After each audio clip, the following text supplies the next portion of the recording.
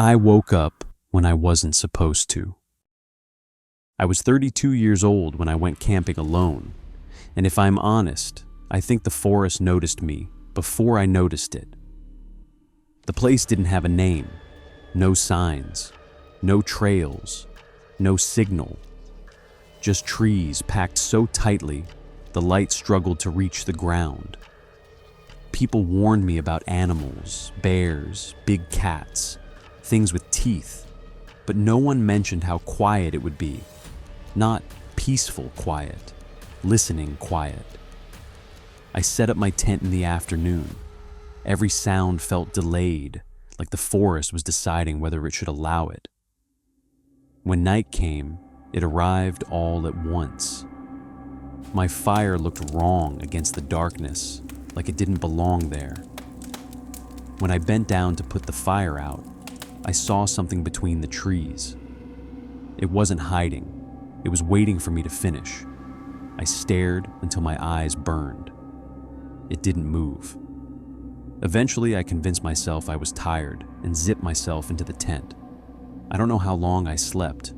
I know exactly when I woke up, 2 a.m. My eyes opened and my body went rigid before my brain caught up. The forest was silent. No insects, no wind. That silence pressed against the tent fabric. Then the footsteps started, not pacing, circling. Slow, careful steps, crushing leaves one at a time, like whoever was walking didn't want to rush it. Two voices followed, low, calm, almost bored. Shadows slid across the tent walls. One stopped near my head. I saw the outline of a hand. I saw the knife. My gun was already in my hand before I realized I'd reach for it. I pushed the barrel through a tiny tear in the tent and fired into the air. The sound shattered the night. Someone laughed, then running, then nothing. I don't remember how many rounds I had left. I don't remember reloading. I just remember shaking until morning. Morning didn't bring relief. It brought proof. Bare footprints circled my tent. Not just once, dozens of times, overlapping, messy, like they'd been walking all night while I slept. The prints led into the trees, toward a shed that hadn't been there before. I know it hadn't. It looked older than the forest.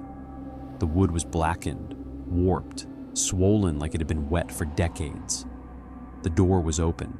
I stepped inside. The door slammed shut. Hands grabbed me. Something rough covered my eyes.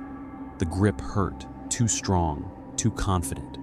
A mouth leaned close to my ear. "You woke up," it whispered, not angry, disappointed. I screamed and fired. I didn't aim. I didn't count shots. Wood exploded. Something shrieked, not in pain, but in surprise, like it hadn't expected resistance. The hands vanished. I ran. I don't remember the path. I don't remember falling. I just remember reaching my car and seeing headlights behind me as I pulled onto the road. They followed me the entire way home. Not close. Never far. Always there. I called the police. They searched the forest. They found nothing. No shed. No footprints. They asked me if I had been drinking. 2 weeks later, I heard breathing in my cupboard. Slow, wet, patient. I didn't open it. I called the police again. When they arrived and opened the door, the man inside smiled like he'd been waiting to be found.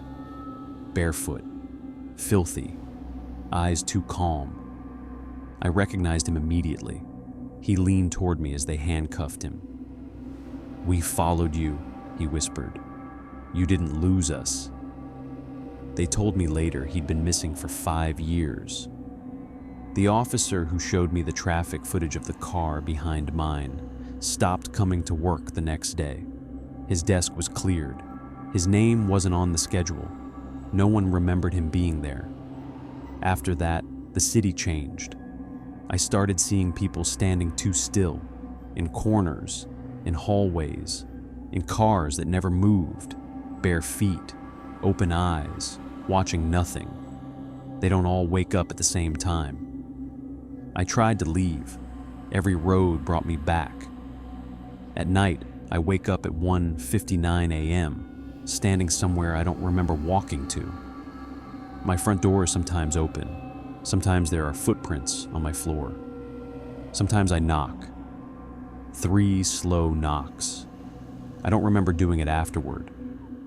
People who open the door don't scream. They look relieved. I don't dream anymore. I don't need to. And I understand now what the forest really was.